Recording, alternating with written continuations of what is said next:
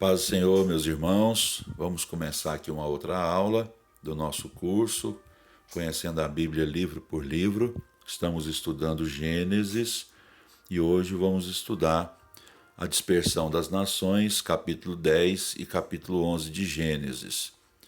Nessa primeira página que a gente vai meditar, nós temos aqui a relação das nações. Então, aqui em Gênesis 10, Gênesis traça a origem das outras nações para deixar claro que a humanidade ela é uma e para indicar que as nações não seriam excluídas do plano de Deus. Gênesis 10 agrupa os povos por suas relações históricas e distribuição geográfica. Então nós temos aqui os descendentes de Jafé, os Jafetitas, ocupando a Ásia Menor e as ilhas do Mediterrâneo. Eles formaram, inclusive, povos como celtas, citas, medos, persas e gregos, todos são descendentes aí de Jafé. Os camitas, os descendentes de Cã, povoaram as terras meridionais, tais como Egito, Etiópia e Arábia.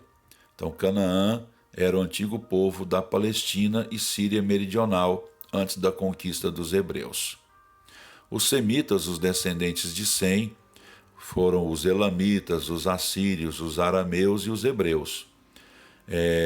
Radicaram-se na Ásia, desde as praias do mar Mediterrâneo até o Oceano Índico. Na próxima página nós temos um mapa para demonstrar justamente como ficou essa distribuição geográfica, desses povos que descenderam de Jafé, de Cã e de Sem. Então depois vocês analisem com mais calma, como que foi a distribuição aí dos povos descendentes de Jafé, Sem e Cã, através aí desse mapa. Está bem claro, bem nítido aí essa distribuição geográfica. Bom, nessa próxima página eu quis demonstrar a questão da perversidade dos descendentes de Cã. Noé, ele teve Jafé, ele teve Sem e teve Cã. Então nessa página nós temos aí a descendência de Noé a partir de Cã, porque a minha intenção é demonstrar aí quão perverso foram os chamados camitas, os descendentes de Cã. Então Cã gerou Cuxi, Mizraim, Put e Canaã. Então Cuxi, ele gerou Sebá, Avilá, Sabitá, Ramá, Sabtecá e Nimrod. Nimrod, ele é conhecido nas páginas do Gênesis por ter uma liderança perversa e anti-Deus. Então o reino de Nimrod abrangeu Babel, Ereque, Acade e Calné, na terra de Sinear. Então a gente vai ver aí que a partir da próxima página que Nimrod foi uma pessoa perversa e anti-Deus e foi um descendente de Cã, um dos filhos de Noé. Mizraim, ele formou aí, o povo egípcio. Put, a Líbia. E Canaã gerou Sidom, Et e gerou também, de acordo com Gênesis 6, 16 a 19, os Jebuseus, os Amorreus, os Gigarzeus, os Eveus, os Arqueus, os Sineus, os Arvadeus, os Emareus e os Amateus. Posteriormente, esses clãs cananeus se espalharam e as fronteiras de Canaã se estenderam desde Sidom, iam até Gerar e chegavam até Gaza e de lá prosseguiam até Sodoma, Gomorra, Adimá e Zeboim, chegando até Lasa. Então percebam por essa página que os descendentes de Cã, principalmente ali os seus filhos Cuxi e Canaã, tiveram uma descendência perversa, E a Bíblia relata isso. Mizraim, também filho de Cã, neto de Noé, que também deu origem aos egípcios, também a mesma forma. Então os descendentes de Caim, ou os camitas, eles desenvolveram uma grande perversidade e uma grande ideologia anti-Deus. Bom, então na próxima página vamos falar sobre um desses descendentes aí de Noé, por meio de Cã, que foi o filho de Cuxi, chamado Nimrod. Então vamos ver aqui. Em Gênesis 10, 8 a 12, menciona Nimrod. O nome Nimrod, no hebraico Nimrod, significa rebelde. Então percebam a partir do nome dele, né? O nome dele tem tudo a ver com a história que ele construiu. Uma história de rebelião, uma história de ideologia anti-Deus. Ele foi o fundador do Império Babilônico e foi ele quem construiu Nínive e outras cidades. A Bíblia diz que Nimrod destacou-se como o primeiro poderoso na terra, né? A expressão hebraica é Gibor Baaretz, e há uma outra expressão também para se referir a ele como poderoso caçador, né? A expressão hebraica Gibor Tsaid. Ele é chamado poderoso Gibor porque ele era habilidoso como lutador, matador e caçador. Três coisas nas quais os homens achavam glorioso, né? Inclusive até hoje, né? Percebam que as lutas mais violentas são as que mais recebem aplausos, né? Então o homem sempre foi apegado à violência. Então a expressão poderoso, Gibor, se refere à sua capacidade de lutar, matar e caçar, que era algo admirável naquela época e, por que não dizer, até nos dias de hoje. De acordo com Flávio Joséfo, um grande historiador dos hebreus, ele escreve o seguinte acerca de Nimrod. Nimrod transformou o estado de coisas numa tirania, sustentando que a única maneira de afastar os homens do temor a Deus era fazê-los continuamente dependentes do seu próprio poder. Construiria uma torre mais alta do que poderia ser atingida pela água e vingaria a destruição dos seus antepassados. O povo estava ansioso de seguir esse conselho, achando ser escravidão submeter-se a Deus, de modo que empreenderam construir a torre e ela subiu com rapidez, além de todas as expectativas. Então a gente percebe por esse relato de Flávio Joséfo que Nimrod ele construiu toda uma ideologia, né, anti-Deus e um culto a si mesmo, né? A toda aqui uma tentativa de rebeliar-se e de contrariar tudo aquilo que Deus ordenara. Então a gente vai ver nessa página sobre a questão da torre, né? A seguinte informação. A Torre de Babel, capítulo 11 de Gênesis vai falar sobre isso.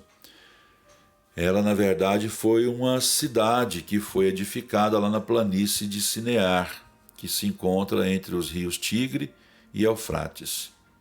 Até parece assim um absurdo, né, pensar numa torre que alcance os céus, mas naquela época a ideia é de que os céus ficavam em torno aí de 2 quilômetros distante da terra, o que para eles naquela época era possível ser alcançado.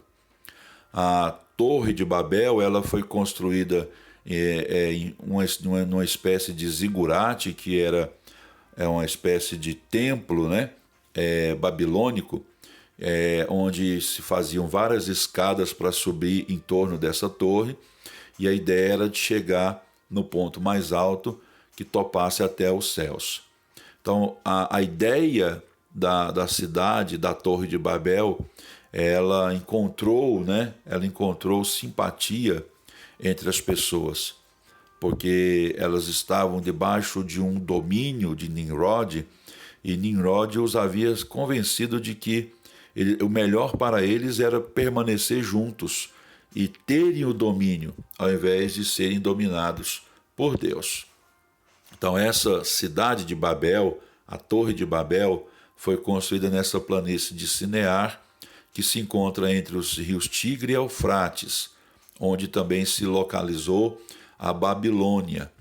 Bom, por que desagradou a Deus a construção dessa torre? Deus havia determinado que eles se espalhassem e enchessem a terra. Mas a construção da Torre de Babel ia contrariar esse princípio de Deus, porque eles não queriam se espalhar e encher a terra, eles queriam permanecer juntos. A Torre de Babel foi motivada por uma exaltação pessoal. Eles não queriam exaltar o nome de Deus. A Bíblia diz a expressão façamo-nos um nome, né? Uma referência ao culto, ao poder, né? A exaltação do ser humano ao invés da exaltação da pessoa de Deus. Ao glorificar o seu próprio nome, esqueciam do nome de Deus.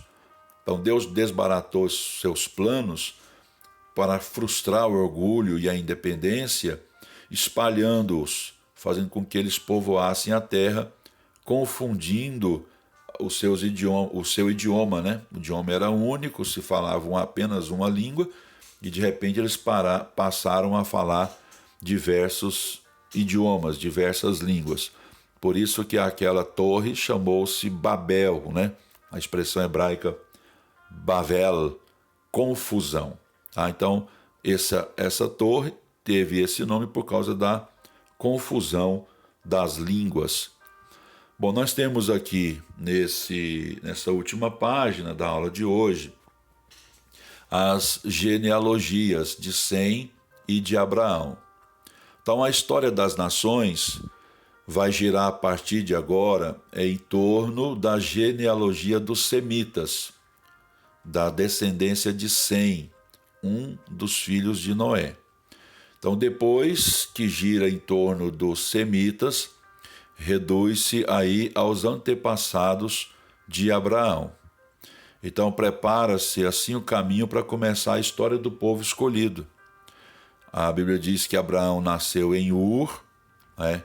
A cidade de Ur é identificada com as ruínas de Mucaiar, a 225 quilômetros ao sudeste de Babilônia.